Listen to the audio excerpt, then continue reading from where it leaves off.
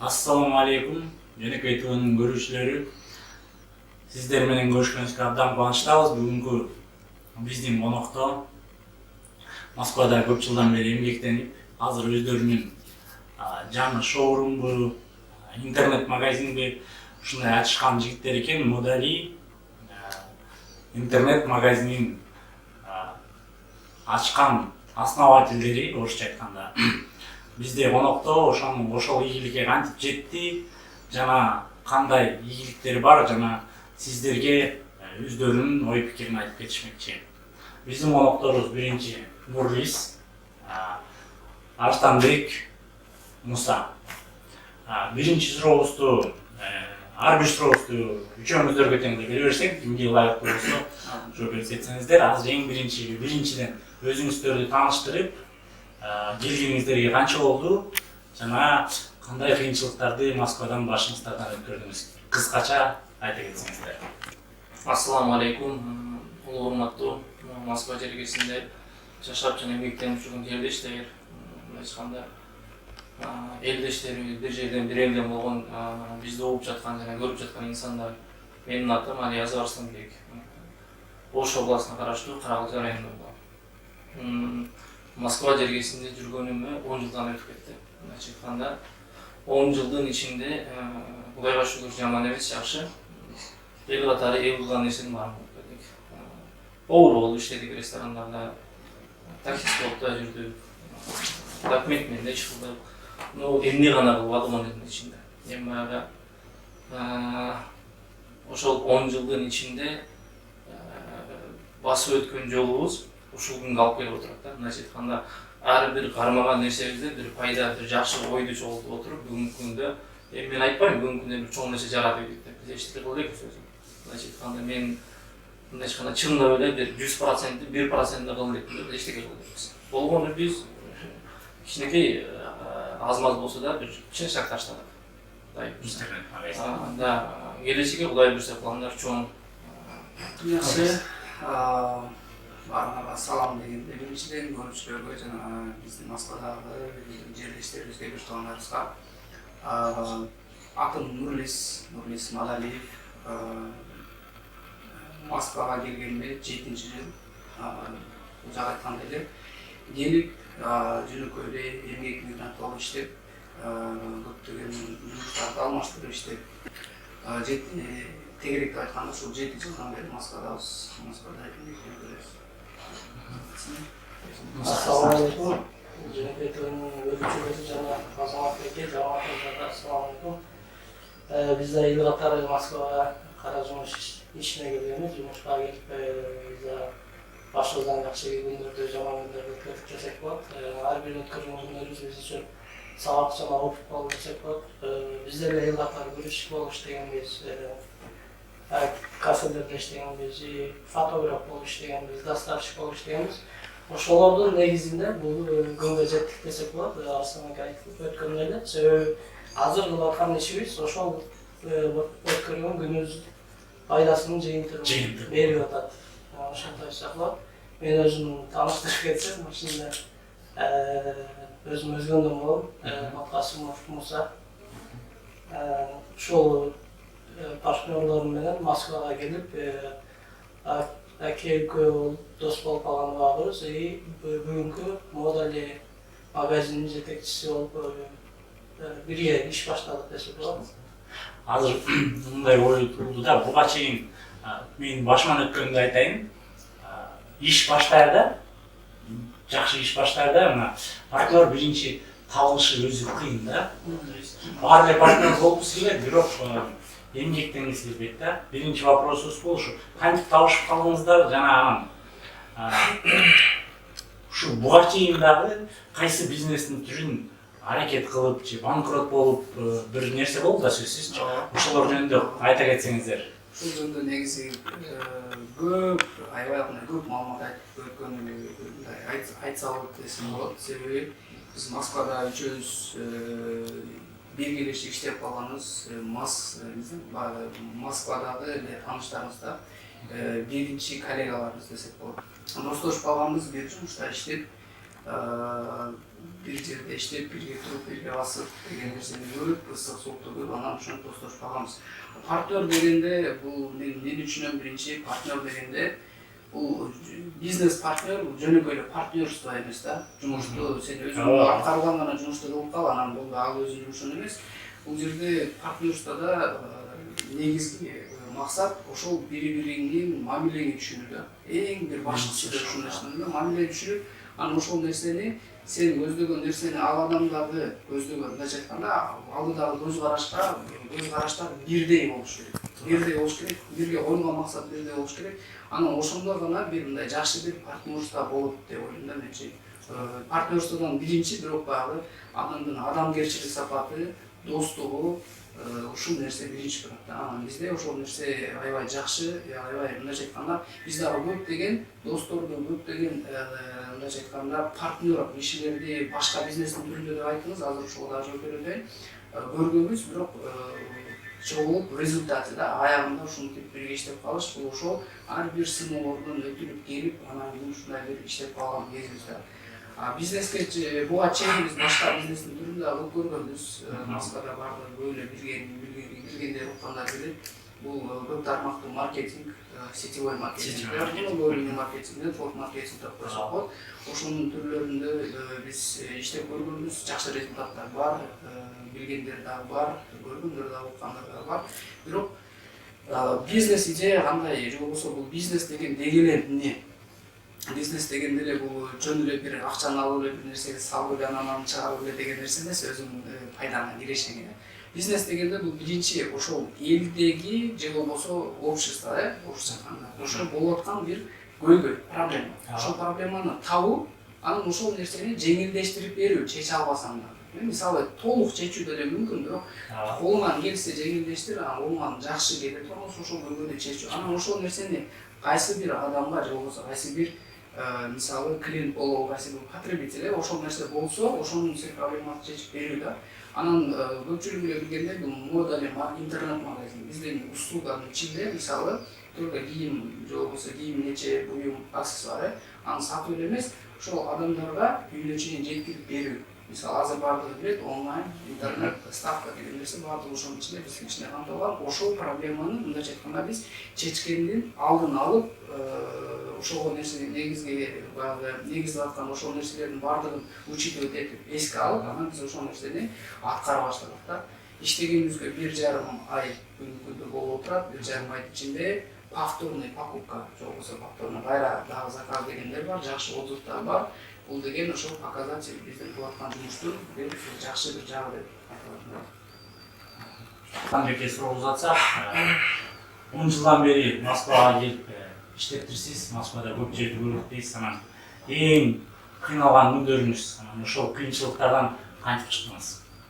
Москвада 10 жылдан ашуун иштеген болсок, кыйынчылык күндөр деген айтыштан алсын. Себеби кыйналгандай жумуштар кылганбыз. Мен айтайын дегеним, мен кыйналгандай биз Афганистанда эмеспиз, же болбосо Африкада эмеспиз, баягы ач калып алган бир өткөн жери жок да. Кудайга шүгүр, эч кимди жумуш баштасаң, эч ким тоскоолдук кылган жери жок. Баягы бир улуу кишилер айткандай, уйкусы келген адамга төшөктүн айырмасы жок дегендей, баягы жумуш кылгысы келген адам кайсыл жерде болбосун өзүнүн жумушун кылып кетет деп ойлойм. 10 жылдын ичинде кыйынчылыктар мен өзү жалпы кылганда мындай акыркы 1 жылдын ичинде өтө мындай жаман көрүп калдым. Мындай жалпы кылган айта туура эмес экен да.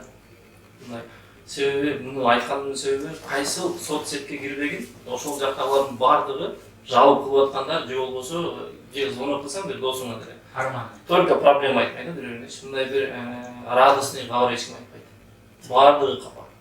Башка айтканда тигинде мындай проблемадан башка эч болбойсуң да. Поэтому бүгүн мен мындай аз эле болду, чечим чыгарган мындай проблема айтпай эле коюнчу. Мындан дальше проблема айтпай, лучше жактарды мындай бир Кудай буйрса келечекте бир чоң ийгиликтер жаратабыз же башка нерселер жөнүндө ойлону, тип мышление бир оюңуздан бир башка жака буруш ниетинде бир аз 10 жылдын ичинде ийгиликтер деле болгон жок. Эми Кудайга шүгүр болуп атат. Якиторияда почти биз Якиториядан баштаганбыз, сушу бардачы. Сушу барда 3 жылдан ашып иштедик. Якиторияда Лойковский ресторанында большойдо иштедим. Эрвинде иштедим, набережныйда. Вертинскийден китайский кухняда иштедим, разный кухняда иштеп көрдүк да. Но ошол кухняда иштеп жүргөндө мен ойлочумун өзүмдүн рестораным болот, же болбосо мен шеф-повар болом депчи. Анан мындайча айтканда менин айтайын дегеним бүгүнкү күндө биздин жердештерибиз бар, которые биздин агалар, ийнелер, байкелер, жаңы жаткан муундар бар, өсүп келе жаткан. Москвага келгенде лишь эле акча иштеп эле кетип калыш максатта келбеш керек деп ойлойм да. Ошол кылып аткан жумушун жакшы көрүп, эртеңки күнү ошондой жумуштун өзү да хозяин болуп калышы мүмкүн да. Кайсы жумушту кылбасын. Ошол кылып аткан жумушун жакшы көрүп, ошого берилип бир жумуш кылса, ошол анан бир пайдасын, өмөсүн берип коет да. Анан мындайча айтканда 10 жылдын ичинде 5 жыл мурун бул магазин ачыш же болбосо деги эле Москва жергесинде бир жумуш кылыш, өзүңө бир нерсе ачыш, бул түшкө кирбеген жумуш болуп чыгат. Потому что бул нерсени элестетиш кыйын эле да. Потому что биз Акыл жетпейт эле. Акыл уровень не насколько эле орусча айтканда. Баягы биз метрого түшүп жумушка барганды билебиз, келип 2 метр жерде жатканды билебиз, кайра жуунуп таранып кеткенди, башка эчтекени билбей элек да. Анан эми азыр Кудайга шүгүр, гражданство алдык и так далее, вот уже адамдарга аралашып, бир аз аралашкандан кийин түшүнүп алып да, эмне кылыш керек экенин. Эми 10 жылдын ичинде баягы адам өзү ашыкканын баардыгын кетирип туруп, анан после обедан өкүнөт экен да. Анан биз ашыккан өтө көп кетип. Муну сурап аткан себеби эмне деген себеби? Биринчиден биз кетирген ашыкканы болочок жаш Москвага келаткандар кетирбесин дегенибиз болуп ой ошол. Анан экинчи себеби болсо ошо кыйынчылыктардан кийин ошо кыйынчылыктарда кейибей, өзүн таштабай, маалыбай жакшы бир чечим чыгарууну үйрөтүү деген ойда. Мусага суроо узатайын. Азыркы келаткан иштеп баштаган фирмага сизге эмне түрткү болду өзүңүздүн ушу партнер таап чогуу иштешели дегенге? Анан ошо партнер таап иштешкен бул биринчи ишиңизби эле? Биз Москвага келбелектен мурун ар бир адамдын ой максаты деген болот. Кичинесинен максат кылып мен чоңойгондо мындай бир жумуштун башчысы болгум келет деген максаттар болгон. Мындайча айтканда жакшы эле көп максаттар болуп, Москвага келгенден кийин складда иштеп алып, ал жерден ар дайым өзүмө суроо берчүмүн да, ушинтип иштеп жүрө беремби же башка иш кылышым керек деп. Ошондой кылып, ошол ойлогон себебинен да башка ушундай бизнес проекттерге жолугуп калгам. Бизнес проекттерде жүрүп, бул досторду, акелерди таап, ошол жерден партнер болуп калдык. Анан деги эле Модави магазин ачылышына биз 1,5 ай болуп калды. Бирок 1,5 айдан мурунку дагы бизден эмгек немебиз бар десек болот. 1,5 жыл мурун биз иштеп баштаганбыз да. Мындайча айтканда, ар бир ишти баштаардан мурун тестирование кылып көрүш керек да. Бул планды кылып, убагында ойлонуп, аракет кылып көргөнбүз 1 жыл мурун, 1,5 жыл мурун. Биз өзүбүз Москвага келип кийинип, мисалы да, кийинүү максатына келгенде магазиндерге келесиң, мисалы Adidas, Nike либо Zara'га келсең, кийимдери өтө жакшы, бирок биздин чөнтөгүбүзгө туура келбейт, кымбат. Ал өзүбүзгө ой келет. Эмнеге мен дагы башкалардай болуп кийинип жүрө албайм. Чөнтөгүбүзгө туура келбегендиктен бизде ой келди. Ошондой эле биз ачсак болбойбу? Качественный кийимдер, мисалы ар бир адамга жарашыптуу заманбап кийимдер, бирок доступный ценада, арзан баада, орточо ценада биздин калкка туура келе турган кийимдер деп 1,5 жыл мурун тестирование кылып биз үйдөн иштеп баштаганбыз. Доставка кылып Москванын ичинде биздин постоянный клиенттер жана Москвада жүргөн бизди таанып билгендер бар. Быйыл мындайча айтканда официально иштеп баштадык. Анан бул аке досторум менен башка бизнес проекттерде дагы чоң болуп, мындайча айтканда, досум айткандай эле, бири-бирибиздин максатыбыз бири-бирибизге дал келгендиктен бул жумушту чоң баштап алдык десек болот. Burada söz var, kıvragan karakaş degендей. Мен ойлойм, бул адам баласы эмне жумуш кылбасын да, койт семечка сатабы, бир стакан. Вот ошол семечка саткан жерин тазалап аянасын. Ошону карап, көңүлдөнүп, ошого берилип, бул семечка деген эмес экен. Баягы эмне нерсе бар го. эмне үчүн айтып атат бул сөздү, айтат, эмнеге айтып атат бул сөздү эмес, эмне себептен бул сөздү мага айтып атат деген да, мындай айтканда суроону бериштен бул ошо суроо эмне үчүн ошол адамдан чыгып атат дегендей маанилде мындай айтканда маанисин гана ким гана түшүндүрбөйм. Но ол бизнес тренингке барганыбыздын себеби биздин вот укканыбыздын. Бизге аны угуш үчүн барбайбыз. Чтобы ошону уккандан кийин биз кантип иштетебиз ошону. Ачканда кача бир иш жүзүндө, практика жүзүндө болбосо дагы мээбизде, өзүбүздүн оюбузда, акылыбызда представление этип кандай болот экен, кандай көрүнөт экен ушул нерсе. Кача барак жүзүндө түшүндүрүп, жазып моундай болсо мындай болот, дегенде болсо мындай болот. Бул акыркы 2-3 жылдын ичинде бул бизнес тренинг өткөндө, даже 5 жылдын ичинде мотивация бергенде бошогон инсандар өтө көбөйүп кетти да. Көп аябай. Начиная от Америкадан, Роберт Кийосакиден баштап, биздин Кыргызстанга чейин аз бизнес тренингдер көбөйүп кетти. Кыргызстанда толтура. Аял кишилер, эркектер, чекеден болуп кетишти. Муну уккан, ага барган башка. Ошол угуп келген нерсени жашоодо колдонуу башка нерсе. Аны угуп эле тим болбош керек да. Баягы бир улуу инсан баласына сабак берип айтат экен. Баласына айтат экен да. Сабизди алып кел, мага тукумду алып кел, кофе алып кел дейт экен. Алып келсем, эми карма дейт экен, кармаса сабиз катуу. Кофе дагы порошок, тукум дагы жарса тукумду суу. Эми ушу үчөөнү кайнат дейт экен да. Үчөөнү тең кайнатат экен. Кайнаткандан кийин эми сабизди карма дейт экен. Сабизди кармаса, сабиз жумшак да, жумшак дейт экен. Тукум катып калган. Кофени ичи десе, кофе сууга айланып кеткен. Кофе порошок болгон айтат экен. Эми ошолордун суусун текшерип көрөлү дейт экен да. Өздөрүнүн эмес, ошол кайнатылган суусун текшерели дейт экен. Айтканда тукумдун суусу өзгөргөн эмес, сабиздин суусу өзгөрүлгөн эмес, кофенин түсү өзгөргөн да, суусу өзгөргөн. Эмне болду? Кофеге айланып кеткен суусу. Бул жерде сөздүн мааниси эмне десе, менин эми өзүм мен бирөөгө акыл үйрөтөйүн же совет берген өтө алысмын. Өзүбүз совет уга турган учурдабыз да, биз совет бере турган учурда эмеспиз. Кандайдан кылай сактасын. Айтайын дегеним, бул жашоодо бул москвачылык экен, же болбосо тиги экен, же бул Кыргызстан экен, же бул башка мамлекет экен деп эле баягы кайнатылган сабиз жумшак болуп кетип, же болбосо өзгөрүп кетпей, кофеге окшоп бир таасирибизди тийгизип айнадагычы наоборот. Ошол сууну кайра айландырып өзүбүзгө. Баягы сабиз сууга жумшап калбай, же тукумга окшоп катып калбай сугачы. Айтайын дегеним просто баягы бул Москвада да ким көрмөгөн эле, же Москва жергесинде жүргөн ушундай ойдон бир алыстаганды үйрөттү бул нерсе. Жашоодо бир алдыга койгон максаттарды үйрөттү андай нерсе тренингдер. Мындай айтканда жашоодогу өзүңдүн ордуңду тапканга үйрөттү да. Аны пайдасы. Мындай айтканда сен койт, пайгамбарыбыз айткандай, бир чокой алсаң дагы, же болбосо азыркы тил менен айтканда болот. Носки алсаң дагы тандап ал дегендей, мындай айтканда жашоодогу койт.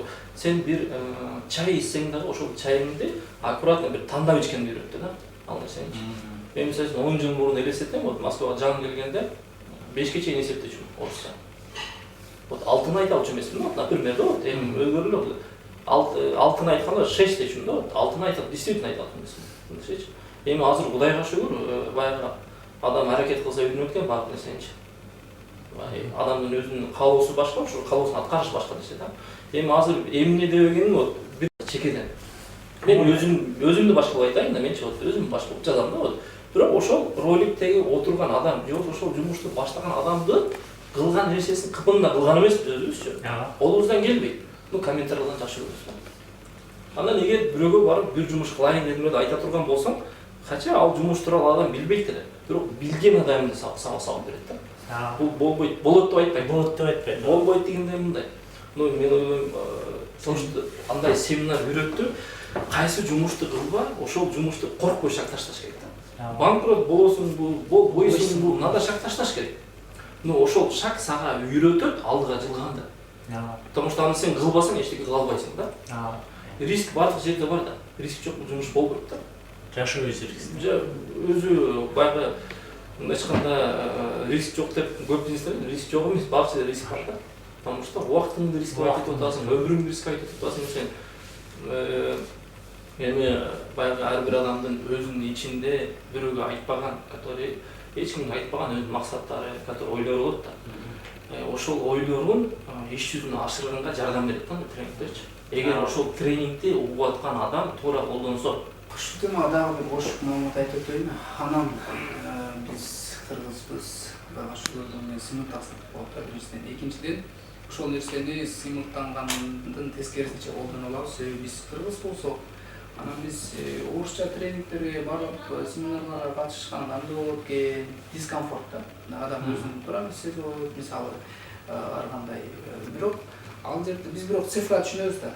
Сөзүн түшүнбөсөк да цифра түшүнөбүз. Анан ал жерде тренерлер же болбосо ошол жерде студенттер чыгат.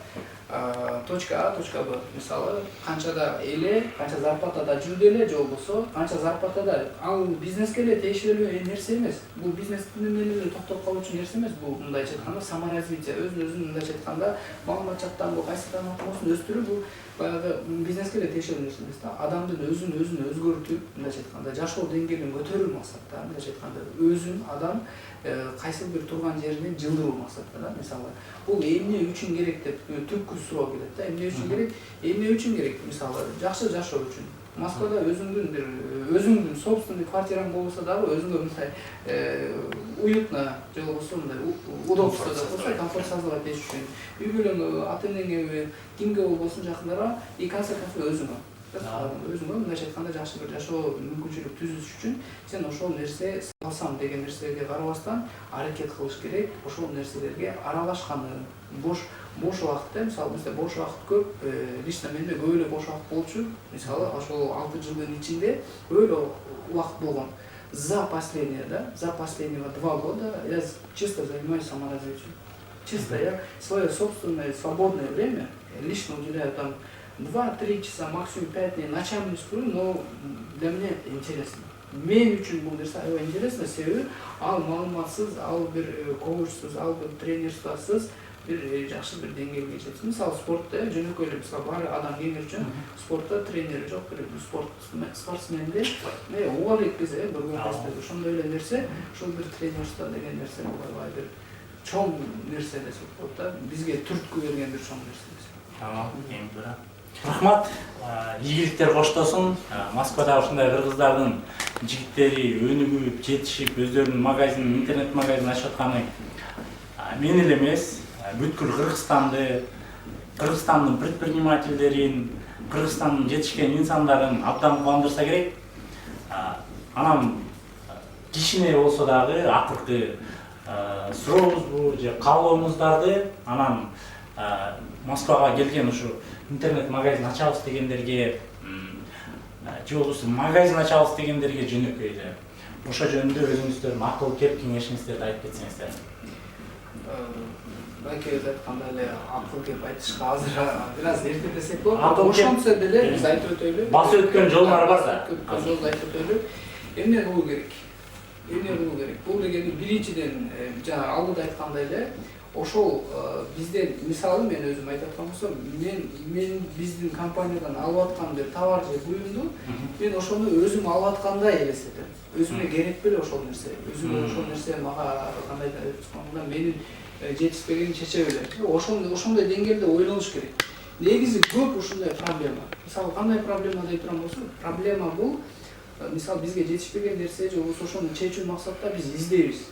Көп нерсени издейбиз. Ошол нерсени эгерде интернет магазин ачам деп турган болсоңуздар, биринчиден. Экинчиден, бизнес кылам деп турган болсо, көпчүлүк адамдар бизнеске. Үчүнчүдөн, кайсы бир деңгээлге көтөрүлүп иштеп, өзүнүн жеке жумушунда эле, мисалы, повардан шеф-повар же башка болуп турса, бунун бардык түпкү мааниси бирдей эле. Түпкү мааниси бирдей эле, бул орусча айтканда бешеное желание.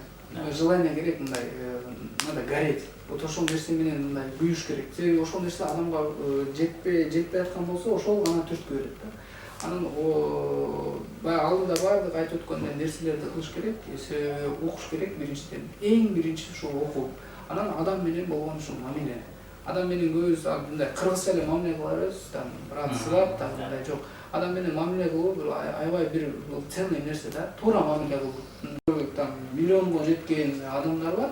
Ошол адамдардан барып, мисалы, маалымат сураса, эч ким жок дебейт, эч ким ар бир чоң нерсенин алардын алдын бир кичинекей нерсени биринчи кылып көрүү керек. То есть ошол нерсени кылып көрүп, анан кийин ошонун артынан башталат. анан резко эле же бат эле ошол нерсени кылып кыйын да. Биринчи ошону көрө. Мисалы интернет азыркы айтканда деле бул деле нерсе биз азыр айтып атабыз, эми кичинекей эле нерсе.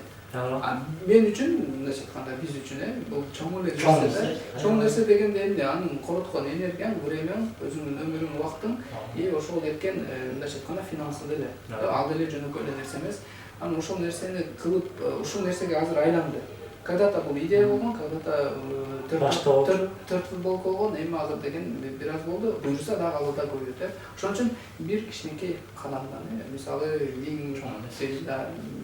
1001ден башталат да, мисалы ошон үчүн кичинекейден баштоо керек. Ар бир өзүнө мындайча айтканда, өзүнө каалаган бир жакшы бир профессиянын ээси болобузу келеби, бизнестин, биз кайсы бир бизнестин түрүнүн ээси болобузу келеби, жашоодо эмне нерсе болуш керек, ошол нерсени бир кичинекей нерседен баштап, ошол нерсени баштаса эле уже дальше продолжать этип уланып кетет десек. Сизге дагы ушул жерден мен дагы ошончо өзүмдүн ыраазычылыгымды билдирип кетейин. Жөнөкөй ТВнын подписчиктерине, же болбосо көргөн күйөрмандарына, кыргыз элдин мисалы Москвадагы эле өзүбүздүн бир туугандарга ушул Жөнөкөй ТВнын каналдын YouTube'да Жөнөкөй ТВ деп жазсаңыздар чыгат. Жөнөкөй ТВнын каналына кирип, подписка деген нерсе бар. Ошол подписка деген нерсеге кирип, капталып коюңуздарды мен өзүмдөн суранам. Себеби ушул нерсени көбүбүз түшүнбөйбүз. Подписка бесплатно. Бесплатно да. Подписка бесплатно деп койсоңуз. Анан Однокласниктен же башка же ВКонтакте башкалардан көрбөй, ошо YouTube бүгүнкү күндө азыр биринчи орунда Google турат, экинчи орунда азыр по поискудан бир нерсе боюнча, мисалы буюм боюнча башка нерсе боюнча YouTube болуп калды. Ошон үчүн YouTube каналга туура, YouTube'да дагы каналдар туура колдонууну мен ошол нерсени айтып өтөт элем. Кирип ушу биздин каналга Азамат Байкезин каналы, же болбосо ошо биздин кыргыздардын биздин канал деп айта алабыз. Себеби мүмкүндө жөнөкөй и ошол жакшы маалыматтар, мындайча айтканда жаман маалыматтар эмес, жетишкендиктер ошол нерселер чыкканда сизге дагы ошол себептен сизге дагы бир чоң каналыңызга, ошол биздин Москвада каналга өсүшүнө бир жакшы бир тилектешпиз. Рахмат. Бүгүн Москвада ушундай жаш жигиттердин келгени биз сиздерге абдан ыраазыбыз. Кудай буюрса магазиндер Кинтекс беле Зарадай болуп, Зара болобу, бөлөк компаниялардай болобу, эң алдыдагы компания болсун, орустардын телевизорунан, орустардын журналынан, дүйнөлүк журналдардан Кудай кааласа көрүп, биз кыргыздардын жетишкендиги деп кыргыз эли сыймыктанган жигиттер болуңуздар. Кийинки жолугушканга чейин сак саламатта болуңуздар. Бүгүнкү биздин коноктун ээлери, модели интернет магазинин түзгөн жигиттер. Ассаламу алейкум.